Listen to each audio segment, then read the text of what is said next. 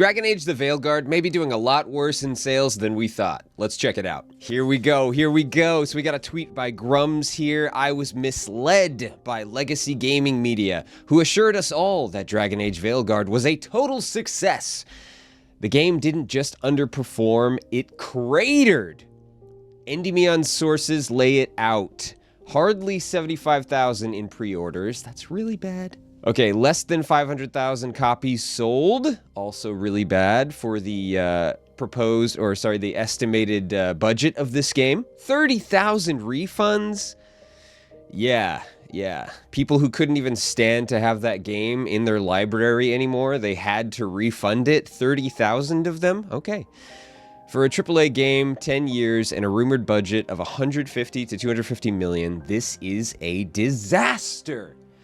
Dragon Age the Veilguard, the disaster. Okay, check out Endymion's latest BioWare Insider Scoop. And so here's the original tweet, and it references a video there. And then there's even a little bit more to this story. So one of the legacy media that he was kind of talking about there, Jason Schreier, caught in 4K deleting his Dragon Age Veilguard post, boasting Dragon Age Veilguard was top of the charts, which he posted to dunk on the chuds. If he's deleting his Dragon Age top of the charts chud post, you know sales are trash and BioWare is in trouble. And so it kind of shows here, go woke, go top the charts. And then it was showing the numbers and the climb there. Yeah, and then we show here. Here's the responses that were for this tweet. And wow, the tweet was deleted. Interesting. I don't actually like the game very much, but I do like seeing you chuds get dunked on. Oh yeah, totally getting dunked on. So I'm going to be honest, I had to look up what that word means. Chud, a unattractive person whose defining characteristic of their personality is their egotism. Okay. You learn something new every day on the internet, folks, and today my word of the day is chud. So just going back to this original tweet here, I see this number, 500,000 copies sold, and I go over to the Dragon Age the Veilguard on SteamDB. They could be talking about these estimated numbers, and it could only be talking about Steam, or it's possible that they're talking about all numbers. So there's a little bit of vagueness here, not enough clarification. So there's two possibilities, but either one is just very, very not good. And I just want to go over the numbers for you guys. I made a fancy little sheet here, and it kind of goes through the details. Dragon Age the Broke Guard. I thought that was pretty appropriately named. So if we could just go down the highlights of kind of all the details here. So the budget is anywhere from 150 to 250 million, according to that tweet and things that I've seen myself. The refunds were 30,000 units refunded. Steam units sold is anywhere from 185,000 to 603,000 units sold, and that is from the SteamDB estimated units here. So extrapolating a little bit, or estimating based off of the Steam units sold, all units sold could be anywhere from 555,000 to 1,809,000. The game cost is $60 to $80, right? So the base game is $60 and then the deluxe edition is $80. And the platform cut for online sales and this is the same across the board, Steam, Sony, or Xbox, for selling a game online on their platform, is 30%. 30% taken out of the revenue that goes back to the developer. So let's just dive into these scenarios here. So the best case scenario, the best possible case, the budget would have been 150 million, the lower end of that estimated budget range.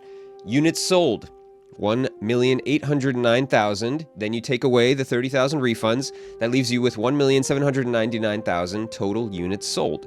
You multiply that by the deluxe edition price. And again, this is best case scenario. So if everybody bought the deluxe edition, you're making $142,320,000.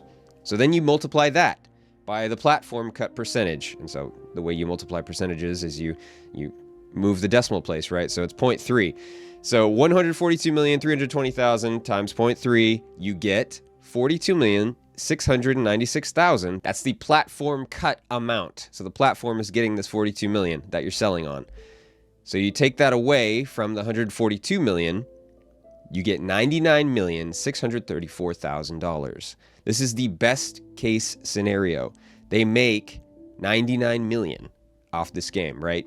And then the best case for that, trying to pay back their budget of 150 million, they are negative $50,366,000. So their total revenue is negative 50 million. Then we go down to worst case scenario. Okay, this is where it gets a little scary, right? Because negative 50 million, maybe a studio could eat that, especially BioWare. They've had really successful games in the past. You know, they've made millions of dollars. Maybe they have that much of a cushion to be okay, right? We don't know. But worst case scenario, budget, 250 million, the top end of that estimated budget range.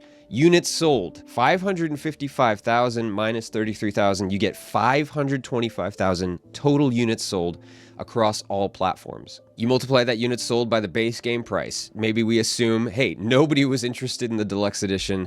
The people that bought this game were only interested in seeing if it lives up to old Dragon Age games, but they weren't as convinced that it was going to be good as in previous games, and they only wanted that base copy. They didn't feel like they wanted the deluxe edition. So you get $31,500,000 made before any cuts. So then you take the platform cut of 30% again, and you get $9,450,000 off of the 31.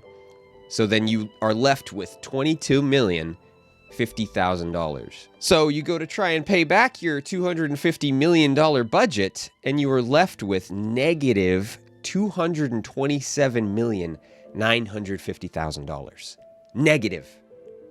Now, I don't know what BioWare's pocketbooks look like, but I could imagine a negative $227 million payback would crush most any studio. Like, pretty much most any. Except for the very, very, very top end of AAA studios. They might be able to take that hit one time. And so even if we wanted to be just a little bit more, I don't know, like let's just assume it's somewhere in the middle of those two, both really bad scenarios. If we just average it out, so you take the average, right, you add together those negative amounts, you divide them by 2, the averaged out scenario, total revenue would be negative $139,158,000. Still really bad. Still really bad. So there's really 3 possibilities here. It's bad, it's really bad, or it's really, really bad. And I just put an FYI here. I looked up the physical disc kind of cost, and devs only get 50% off of physical media. That's why physical media is so bad for them, I guess. That's why there's such a big push to digital. Like, the physical media itself costs money, and then there's like licensing costs for physical, and then, yeah, it's really messy. So they only get 50%. It's even worse. So all of these numbers are even worse because I'm sure there were physical discs actually sold. And so just going back to the SteamDB page here, I do want to emphasize that it is going into the second weekend of this game's launch. This is the second weekend. So usually the first few weeks on those weekends is when the numbers pick up the most. Everybody's off work. They have a bunch of free time. They've got money to blow from paychecks that just came in. They buy a new game that just came out. Hey, let's try it out. You know, should be hype around this new game, right? I want to see if it's good. There is no hype around this game. I mean, relatively speaking, for the size of this studio, BioWare, massive history of massive games, right? And massive sales, usually. And they're sitting at 56,000 players right now on a Saturday, almost afternoon, 11:42 a.m. Their peak all-time concurrent players is still 89,000. They haven't broken that in 6 days. That was 6 days ago. So since last weekend. So if it's already Saturday afternoon almost, you know, middle of the day, second week in, I don't see these numbers going up. I don't see them breaking this peak again. So this is where it's sitting. This is Dragon Age the Veilguard. They're not making back. I don't even think they're going to make back the low end of the 50 million that they're still negative in this best case scenario. And on the upper end, there's no way, absolutely, not even with massive sales, not Black Friday, I doubt it. There is just no way they make up 227 million if it's that worst case scenario. So this game is just an absolute total failure. Just absolute total failure. And so we want to look at why this game is doing so poorly. Well, I think the answer is obvious. The answer is so obvious. So, I'm non-binary. What does that mean? I had big fingers. That means I don't feel like a man or a woman. If you are neither a man nor a woman, then what are you? I'm a dragon slayer. Non-binary. I just said, and I'm going to use they instead of she from now on. If this is because I have criticized your dress or your manners... It isn't!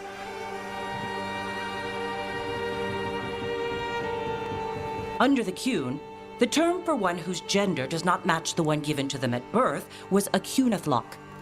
Perhaps you are like that. Why do you have to keep picking at it? Why can't you just be happy for me? Evatosh, Chakra Toebra. So I'm supposed to struggle with who I am? Even if I don't feel like I fit, even if I feel wrong? No, you misunderstood. Then say it better! Why am I never enough for you? I will go. Thank you for inviting me to your home. Panahedan. There it is. There it is. That sums it up perfectly. That whole scene, that whole interaction, that needed to be shown. It's the perfect example of why this game is failing.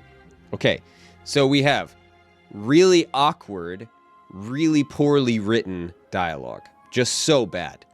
The directors of these voice actors, horrible. Because the voice acting is just, it's not compelling. It's not done well. I'm sure these voice actors are really, really talented.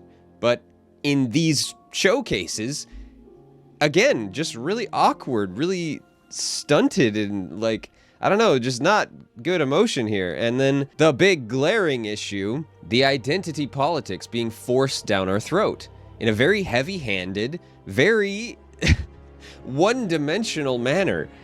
There's no nuance here. It's just, hey, here's identity politics, boom, boom, force-fed. Hey, non-binary, hey, here's gender pronouns, hey, everything. Like, we don't really get a choice in how we consume this, right? It's just right there, just boom, force-fed. It's, yeah. There's a lot of people who don't agree with this approach. A lot of people, apparently, by the sales of the game. I mean, the gameplay also speaks for itself. You could watch that, and it's not much better. The action combat is just kind of bad. It's just kind of boring. But this stuff, poor writing. So bad.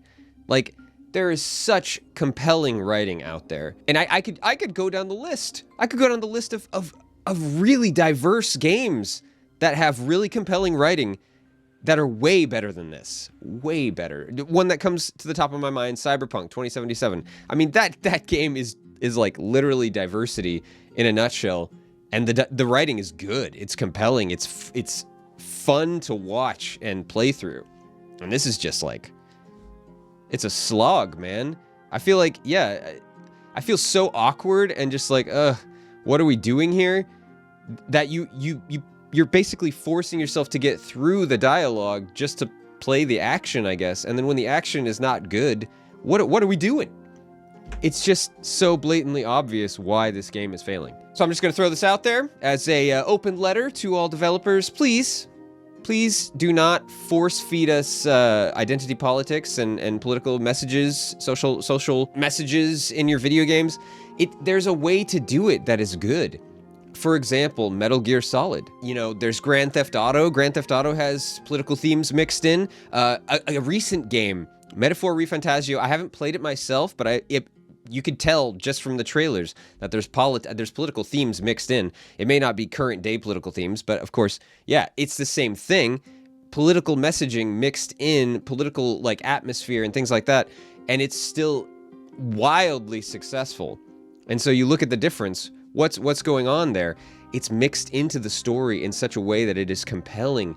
It's integral. And it's just like, it's literally just the message being force-fed. The game is a platform for the message, and the message is being force-fed down your throat. And that's it. That's all it is. It's so blatantly obvious to us gamers. This is us voting with our wallet, with our paychecks. We do not want this kind of thing in this format in games. You look at Baldur's Gate 3, great example of crazy diversity as well. You know, you've got body types instead of male or female to select your character, and you can even mix and match genitalia. And people love that game. I love that game. It is so good. Because the DEI stuff they mix in, it's just sprinkles on top of a fantastic game. It adds to the experience, right? It gives you more customization and more extra experiences to an amazing game at the core, right? And this, it's just like, this is the game. The game is identity politics with a little bit of, you know, story and action combat sprinkled on top. It's the exact opposite, and it's not done in a good way. So, gamers are speaking with their voices, with their wallets, and hopefully developers are listening. Thank you guys for watching, and I will see you in the next video.